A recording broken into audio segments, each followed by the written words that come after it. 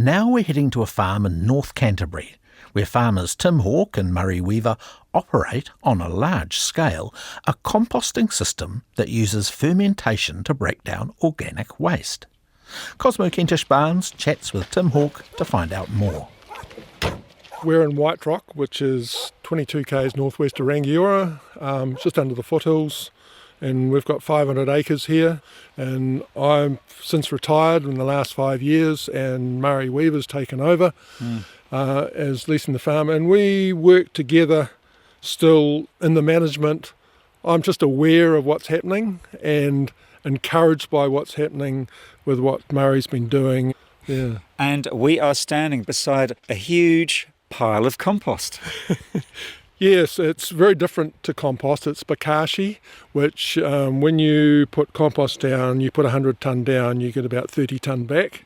Whereas Bokashi, put 100 tonne down, we get 100 tonne of good material back. It's like silage, it works in an anaerobic environment, so it doesn't have the air in there, and it doesn't get any hotter than about 30 degrees. So you haven't got the heat in it, you haven't got the loss of energy, and we put a lot of water on it, and we use EM. So that's effective microorganisms. They're a organism that works within the soil with the fungi and the bacteria, and they help the soil to grow. You need EM to make Bokashi. You do with Bokashi, yes, because it's anaerobic and it's the way it works to break down and join all the products in that mix. And we try and source stuff locally, like chook manure and pig manure, and sawdust is a good one. And then we're able to get some milk sweepings, and that adds nitrogen and protein to the mix to feed the microorganisms to make everything work. And we put a lime in there as well, just a wee bit of lime to keep the acidity right. And it creates a good mix. What's the history behind Bokashi? Who first started doing it? Where does it come from?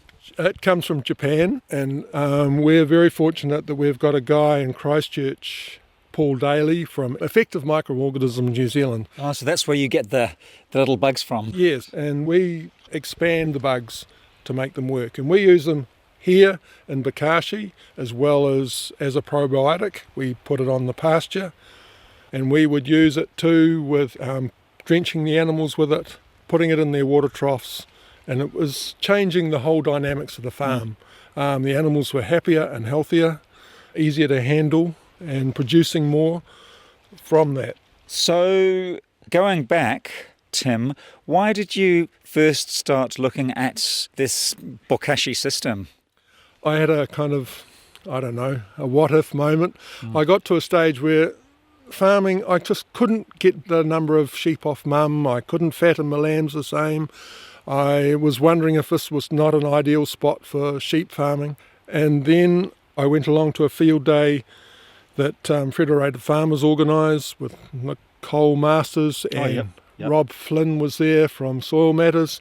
And I happened to start talking to him, and I invited him out, and we did a little farm tour. And then that's when I started looking at putting fish oil on. So prior to that, you were using chemical fertilisers? I would get my fertiliser company to come up, and they would just say, what's your carrying capacity, this is what you need to put on, and then walk away. And it didn't satisfy what I was wanting to achieve at all. And I questioned them, well, why don't we do a soil test and then work out what we put on? But no, this is what you do, and walked away. So that's why I looked further into it and discovered that there's more to it. And then within 12 months, the clover growth was increasing. Within 12 months of first using this Bokashi system? More or less more biological farming than Bokashi. Bokashi came into it, and with that we were putting on grana fertilisers and building up the lime a bit more and putting organic sulphur on, spreading that around. With the fish oil as well, complementing the microorganisms in the soil, the fungi and the bacteria. What did other farmers back then think about what you were doing? Their first comment, so what, well, I suppose witchy poo. Are you putting that on there? Are you using cow horns and stuffing them and putting that around? And I was looking at the scientific side of it. The results were there if you look. And, eventually my scanning percentage on the ewes increased from about 160 up to 200%. And we were weaning about 170% lambing. And I was getting 50% of those lambs that were killable off mum to the works. And that was encouraging. So Bokashi became an important part of the new system. Very much part of the system in the sense it was feeding the organic matter into the soil and feeding the worms. Is there a huge comparison when you think about worm counts prior to going biological? Oh yes, very much. You either were lucky to find them, or because the soil was so dense they would be hiding down. Now you dig it up and they're quite freely moving around, and they're healthier worms, bigger worms. Yes. And that's just the normal everyday worm that's out there, and you think, didn't realise there's so many out there. Murray, you've taken over the running of the farm. What do you farm here? We've got 1,200 sheep, including hoggets, and 150 dairy heifers that we graze. What attracted you to this property? Well, I was basically lucky enough to get offered to lease the place because Tim wanted to retire. So I was in the right place at the right time. When he first told me about Bokashi and the EMs and all that, I thought all sorts of silly things. But I'm a visual person, and I can noticeably see over the years how things are better. And it certainly works for us, so we've kept along with the same lines. How much Bokashi did you make last year? We made 120 tonnes of it last year. We put it round over 40 odd hectares. You can't see anything overnight, but over time it certainly improves things. And grass growth, like Tim was saying, and stock are healthier. And so how do you make the Bokashi? What do you put in it? I've got friends in the transport companies, and if they've got stuff to dump that's suitable for us, they ring me up and see if they want it bought here, like sawdust. We've got some here. And there's a big pile there. Yeah, and there's a few horsey people around Lowburn that have got piles of horse manure that they want to get rid of. So we just said yes. And someone gave you at least a dozen bales of baleage that's going in as well. Yes, it is. We had to pay to cart it here because it was rotten, so they wanted to get rid of it. The more rotten, the better, I guess. Yeah, it is. And we're lucky enough that Tim's brother lives just next door here. He's got a truck and a digger, and he can backload or pick stuff up for me from time to time. Yes. So we bring it all here and put it in its little piles. Then when we do a mix up, he comes and mixes it all up, pats it down. We put the cover over it, put some tyres over it, and leave it for at least 3 months. This has been here for over 6 months. It should have gone on this season, but the rains beat us a wee bit, but that's fine. It's not going anywhere. So, it's a lovely dark colour. Yeah, well, it was all sorts of stuff when we mixed it up, but now it just looks like dirt and it's full of worms, isn't it? So that's what we're looking for. And I like to put it on when it's the ground's damp, so the worms get down under the ground as soon as possible. Every one you saves, every one you can does its job. So that's what we're looking at. Tim, what are some of the more unusual products you've put into this mixture? We had a supply of apples. The first time we tried putting apples in, we were about 30 tonne at the time. We pickled them, and it had quite an aroma about it. So that aroma went round the district for a week after we spread it, but it was gone within a very short time. Milk powder was something that we come across. We get it by the tonne, sweepings, and then we mix it in. Like Murray was saying, we're very fortunate. My brother Ken has a digger, and we double dump it, and that's something we learnt as we went on, that mixing makes a big part of it. More that we mix it and the more water we put on, the better the product at the end of the day. And the very first one I did was just a layer of chicken manure and a layer of straw and a layer of chicken manure and a layer of straw. I only had little patches of good spots.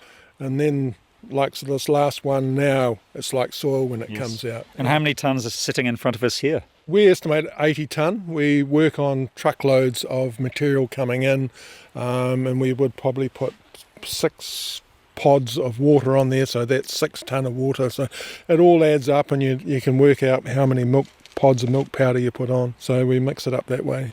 One other thing we did put in one time is we put in some daggy wool because the wool wasn't worth anything. So we put it on with a muck spreader.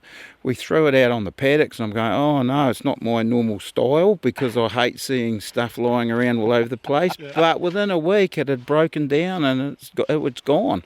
And in the Bokashi, you grab a bit and you pull it apart and it breaks real easy. There's probably some goodness in there too, I'd say. Oh yes, the protein. We're very fussy on the fact that we look at what we source to put in. For example, we got involved with Selwyn District Council and they wanted to look at how they could do something with their garden waste.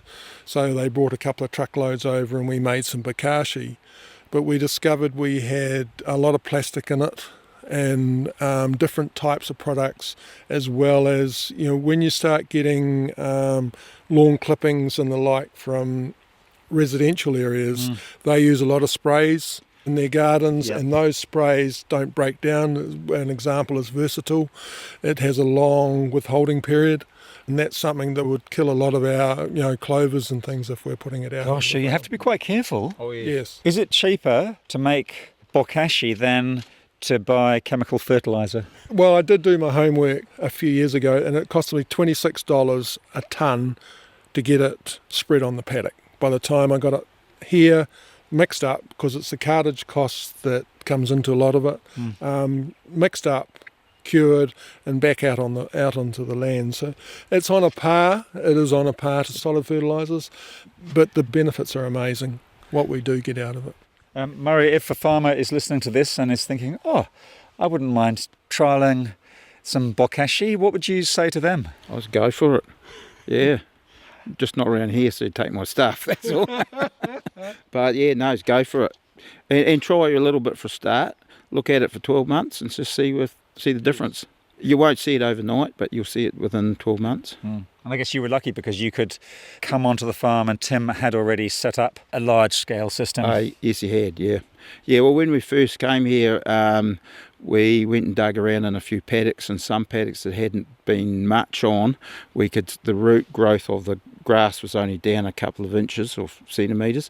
But then when we've gone to some paddocks that have had a reasonable amount put on, the roots were down a foot. When there are droughts, that must make a huge difference. Oh, it does. It's huge. We get a lot of people come past here going, why is your place so green? How many tonnes per hectare do you use? About 4. About 4? Yeah. You can put it on heavier, but one of our soil girls that came round and was talking in the early stages, she suggested we spread it out further, which we did, and I think it's still done as good a job as any. Yep. The place is looking better than it did when I was running it, and to see this happening and to see the feed about and the stock health, and we've got a good relationship, and that's a bonus in leasing out your farm. Tim Hawke there chatting about Bokashi at his North Canterbury farm. Cosmo was also talking to the farm's current leaseholder, sheep farmer Murray Weaver.